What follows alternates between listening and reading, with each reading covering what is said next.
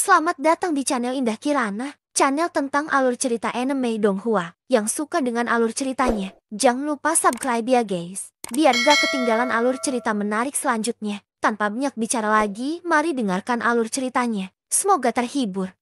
Bab ke-223, saat kata-kata Xiaoyan memudar, ekspresi Luo Jin langsung berubah. Mengingat kondisi Xiaoyan saat ini, bagaimana dia bisa menghadapi Pil Lightning? Xiaoyan sudah kesulitan berbicara dengan Luo Jin. Bukankah lebih mustahil lagi menghadapi Pil Lightning? Mata Luo Jin berputar sedikit. Alisnya sekali lagi bersatu. Meskipun dia tidak banyak berhubungan dengan Xiaoyan, dia masih dianggap akrab dengan Xiaoyan. Xiaoyan jelas bukan tipe orang yang suka pamer. Bahkan lebih mustahil lagi baginya untuk mati sia-sia. Karena Xiaoyan sudah mengucapkan kata-kata ini. Dia pasti memiliki kepercayaan dirinya sendiri. Satu-satunya hal yang Luo Jin tidak mengerti adalah dari mana rasa percaya diri Xiaoyan berasal. Mungkinkah itu adalah hal yang baru saja hampir melukainya? Memikirkan hal ini, Luo Jin diam-diam menggelengkan kepalanya di dalam hatinya. Meskipun kejadian tadi sedikit istimewa, itu tidak terlalu menakutkan karena tidak melukai Luo Jin. Kalau tidak, dengan kultivasi Luo Jin, bagaimana dia bisa menghindari serangan sekuat itu?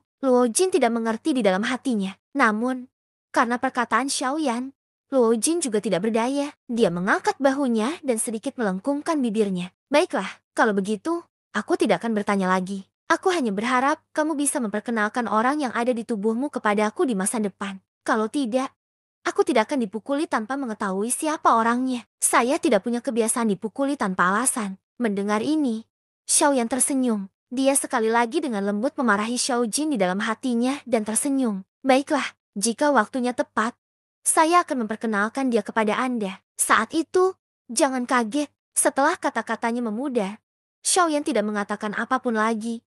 Meninggalkan Luo Jin yang penasaran di sampingnya. Setelah mendengar kata-kata Xiaoyan, dia menjadi semakin tertarik pada orang yang ada di tubuh Xiaoyan. Segera, dia tidak berpikir apa-apa lagi. Tubuhnya bergerak dan dengan cepat terbang kembali ke platform pengamatan. Pada saat yang sama, sebuah suara ditransmisikan ke telinga Penatua Xuan dan Qin Zhong seperti angin. Herhuh, kalian berdua bisa pergi. Saudara Yan Xiao punya caranya sendiri untuk menangani Pil Lightning ini. Penatua Xuan segera mengerutkan kening. Dari arti kata-katanya, sepertinya Luo Jin tidak dengan paksa mengeluarkan Xiaoyan. Namun, dia juga sedikit penasaran. Pil penenang macam apa yang diberikan Yan Xiao kepada Luo Jin agar dia bisa pergi tanpa peduli. Setelah ragu-ragu sejenak, Penatua Xuan menggelengkan kepalanya tanpa daya. Karena Luo Jin memilih untuk percaya pada Xiaoyan, tidak ada lagi yang bisa dia katakan. Dengan gerakan tubuhnya, dia dengan cepat mundur. Hanya Qin Zhong yang masih sedikit khawatir di hatinya setelah mendengar kata-kata ini. Ketika dia melihat Pil Lightning akan jatuh lagi. Meskipun dia ingin melawan, dia tidak berdaya. Setelah ragu-ragu sejenak, dia akhirnya mundur dari lingkaran dalam sekejap. Namun, dia tetap memperhatikan keselamatan Xiaoyan setiap saat. Jika terjadi kesalahan, dia akan segera mengambil tindakan. Di atas kehampaan, Guli dan Cilin langsung mengerutkan kening saat melihat ini. Pada saat ini, Penatua Xuan dan Qin Zhong memilih untuk mundur. Kalau begitu, bukankah Xiaoyan tidak akan punya siapapun yang mendukungnya? Jika ini masalahnya, akibatnya akan sangat berbahaya. Sialan, apa yang terjadi? Kenapa mereka berdua mundur di saat genting ini? Jika mereka mundur, apa yang akan terjadi pada Yan Xiao? Guli sangat marah di dalam hatinya saat melihat ini. Beberapa saat yang lalu, dia tersentuh oleh kesetiaan Qin Zhong. Namun, pada saat ini, emosi itu hilang dalam sekejap. Sebaliknya, ketika monster Tuahu melihat ini, senyuman sekali lagi muncul di wajahnya. Tidak apa-apa saat dia melihat Qin Zhong mengambil tindakan sekarang. Bagaimanapun, Qin Zhong hanyalah seorang kaisar setengah bintang 3. Dia tidak menantang surga seperti Xiaoyan. Di depan Pil Lightning, dia secara alami tidak berarti. Namun, ketika dia melihat Elder Xuan muncul, hatinya menjadi agak tidak stabil. Identitas Penatua Xuan mewakili Pavilion Yunyin. Kemunculannya berarti Pavilion Yunyin juga membantu Xiaoyan.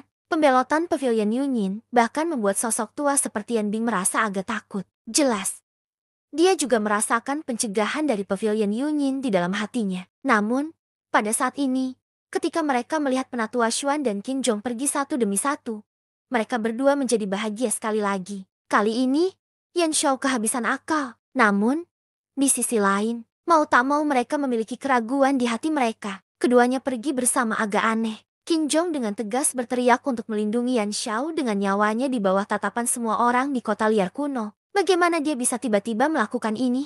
Mungkinkah ini semua yang dilakukan Yan Xiao? Gemuruh.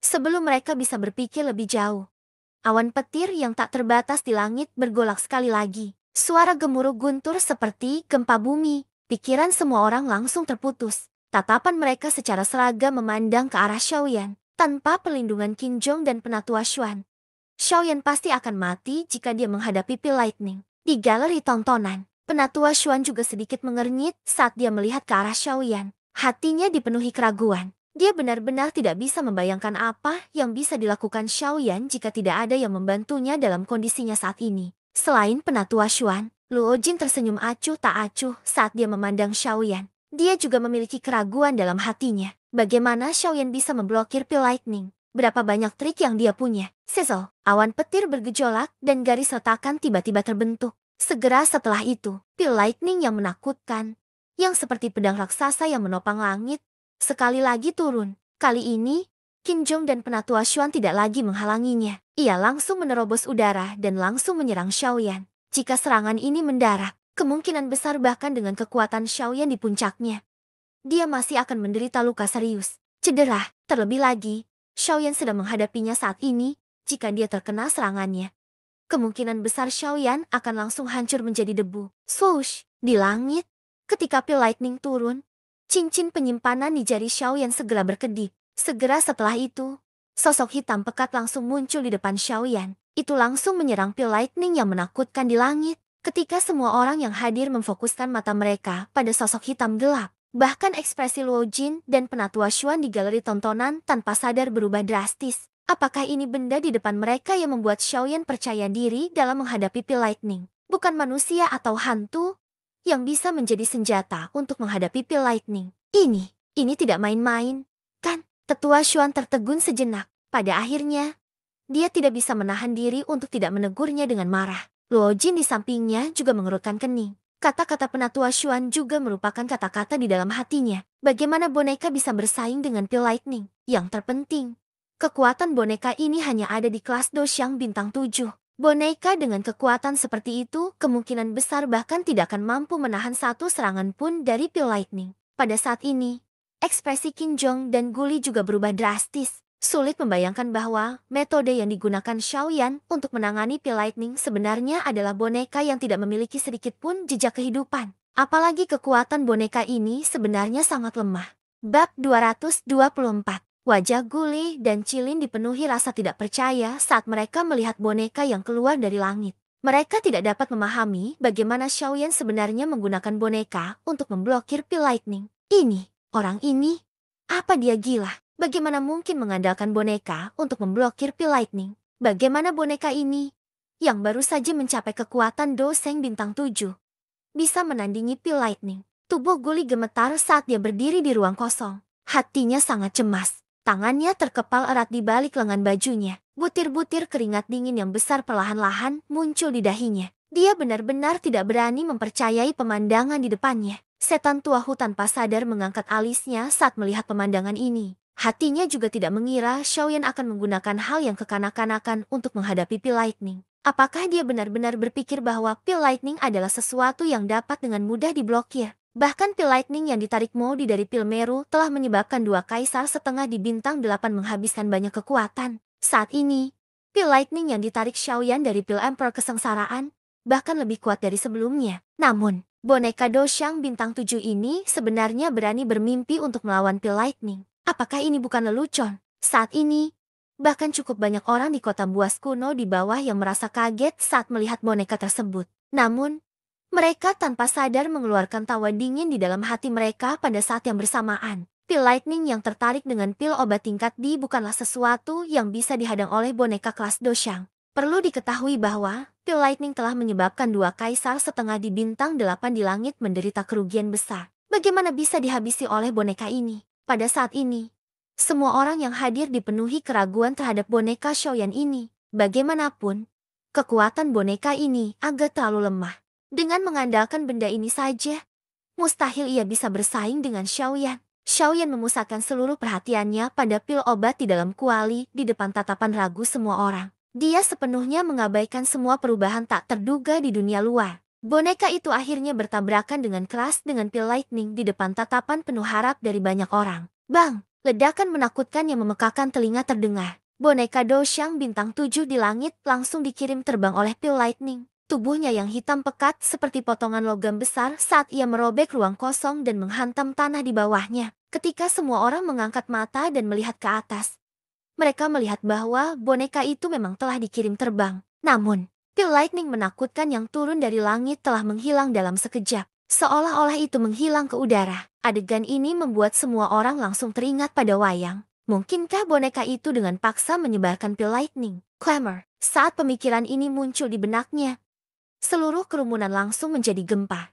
Jika memang begitu, bukankah boneka ini benar-benar luar biasa? Ia mampu secara langsung membubarkan sambaran petir pil yang bahkan seorang kaisar bela diri setengah bintang 8 tidak punya pilihan selain menganggapnya serius. Jika berita ini menyebar, mungkin akan menimbulkan keributan besar di dunia alkemis. Lagi pula, pil lightning adalah sesuatu yang dinanti-nantikan dan ditakuti oleh setiap alkemis. Mampu mengeluarkan pil lightning berarti mereka telah menguasainya. Namun, teror dari pil lightning juga membuat mereka sangat pusing. Sekarang, sebenarnya ada boneka yang bisa menahan pil lightning. Bukankah ini menjadi impian puluhan ribu alkemis? Crackle, suara gemuruh muncul. Awan petir sepertinya sedang marah pada saat ini. Awan petir bergejolak dan pil lightning yang menakutkan menghantam satu demi satu. Xiaoyan bersumpah untuk menghancurkan Xiaoyan menjadi beberapa bagian. Bang, pada saat ini, ledakan terdengar dari tanah di bawah.